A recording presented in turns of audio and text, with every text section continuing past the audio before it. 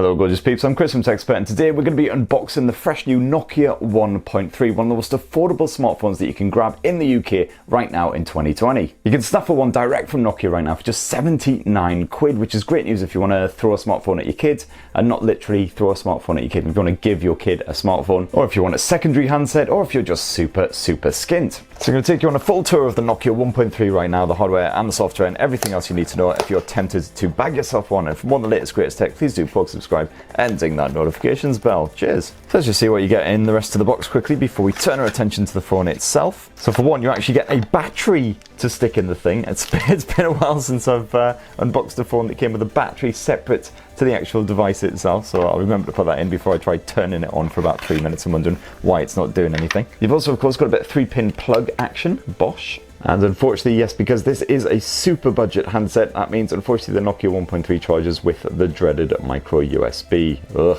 So that's the box, nice and simple and straightforward. Now let's check out the actual phone. So first of all, of course, unsurprisingly, the Nokia 1.3 is super light without any kind of battery packed away inside. So the first port of call is to work out how to prise it open and get that stuffed in. In the Get Started manual, the instructions rather helpfully say, put your fingernail in the seam between the plastic back cover and the display, and then yank the two apart. Unfortunately, I don't have any fingernails because I bite them to the curl.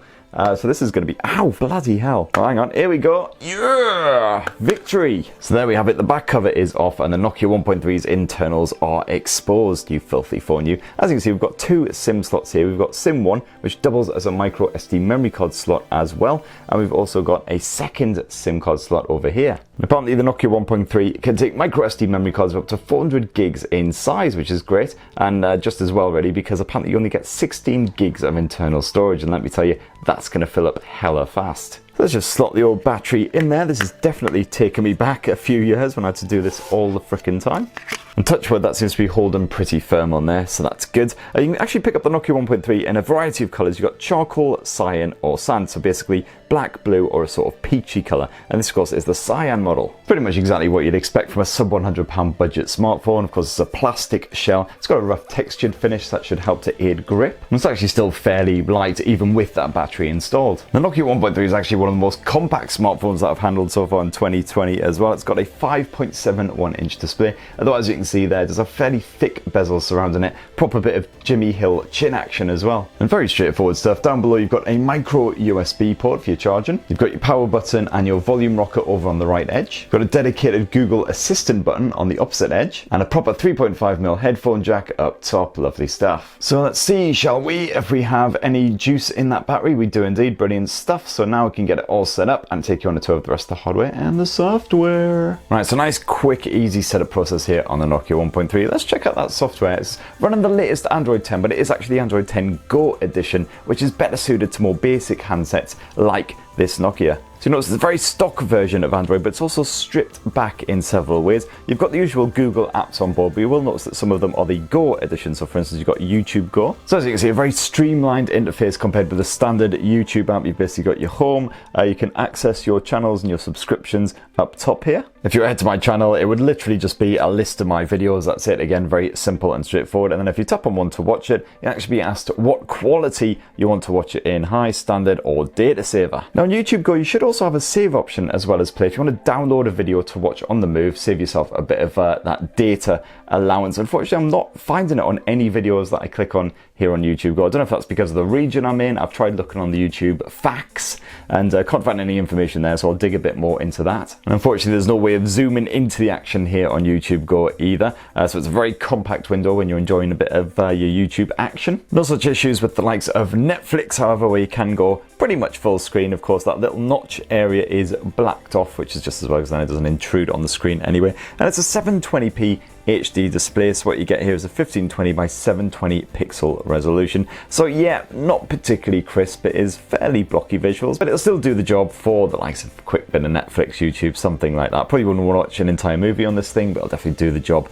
on the move. And at 400 nits, not one of the brightest panels around, but should be absolutely fine again for like checking emails and stuff like that outside, even when it's super bright. And it's a mono speaker setup, as you'd probably expect. Let's just boost up that volume, see how it fares. Please do subscribe and ding that that notifications bell. Cheers. So the Realme X3 Super Zoom should sit somewhere. So basically what you'd expect from a sub £100 smartphone, actually pretty loud on that top volume. Yeah, it's pretty tinny as well, but if you want to listen to a bit of music or something, you've always got that headphone jack, and you've got some Bluetooth 4.2 connectivity as well. And it's of course a very stripped down Android experience in general. There's no Discover feed or anything like that. You pull down the notifications bar, as you can see, only a very small selection of quick toggles there. If we dive on into the settings, you can have a tinker around in here, but again, it's kind of stripped back compared with standard Android. When it comes to the security side of things, though, you may not have a built-in fingerprint sensor on this thing, but you do have a bit of face unlock. So let's just get this all set up.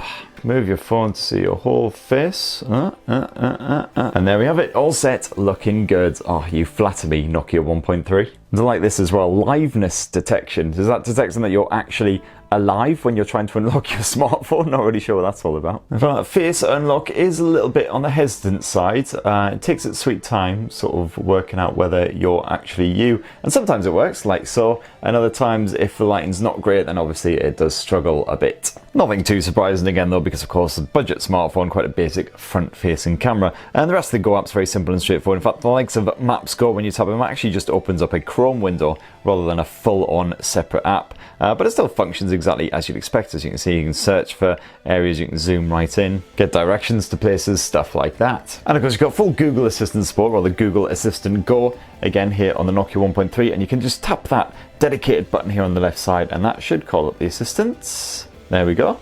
And then you can tell her whatever you want, ask her to tell a joke, whatever you fancy, and she will do your bidding. And the great thing about Nokia is they are super dedicated when it comes to updates. You're guaranteed 2 years of OS updates, so it should get updated to Android 11 later in 2020, and then Android 12 next year as well, and monthly security updates as well, so no worries at all on that front. You will be fully up to date. Of course, the rest of the specs and everything, very basic here on the Nokia 1.3. Don't expect any NFC support, dual band Wi-Fi, anything like that. It's actually run by a Qualcomm 215 chipset. And yeah, this chipset is designed for very basic smartphones to provide perfunctory performance, shall we say. And here in the Nokia 1.3, it's also backed by just 1 GB of DDR3 RAM as well. So yes, you will see lots of stutters and stammers. Sometimes you'll tap on an app and you'll be waiting 2-3 seconds for it to pop up on the screen, that sort of thing. So you want to be patient when you're using it, definitely. As for the battery, which you saw me slip inside earlier, it's a 3000 mAh cell, so that should easily keep you going all day here on the Nokia 1.3, thanks to the energy efficient platform and the energy efficient software as well. As you can see, you've got battery saver options, battery management, all that kind of shenanigans. It's 5-watt charging, so you'll probably want to leave it plugged in overnight, to be honest. And as I mentioned before, very limited storage as well. So as you can see, only 11 gigs of space free, and all I've really downloaded is Netflix onto this thing so far as well.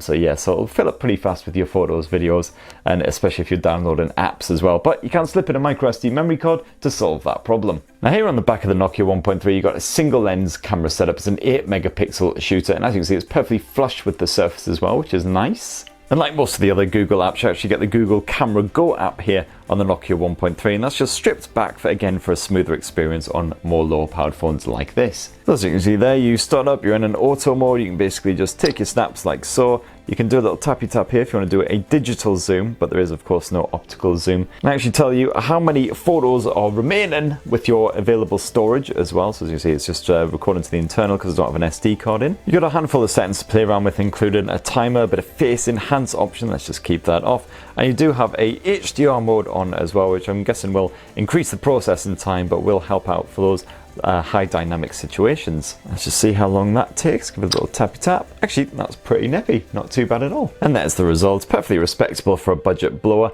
Once you start to dive in there, it does get a little bit grainy, of course, but absolutely fine just for viewing back on the phone itself. And the color reproduction seems nice and natural. You've got a small selection of other bonus camera features on here as well, including a portrait mode, just for adding a bit of a bokeh style effect to your background using those Google Smarts.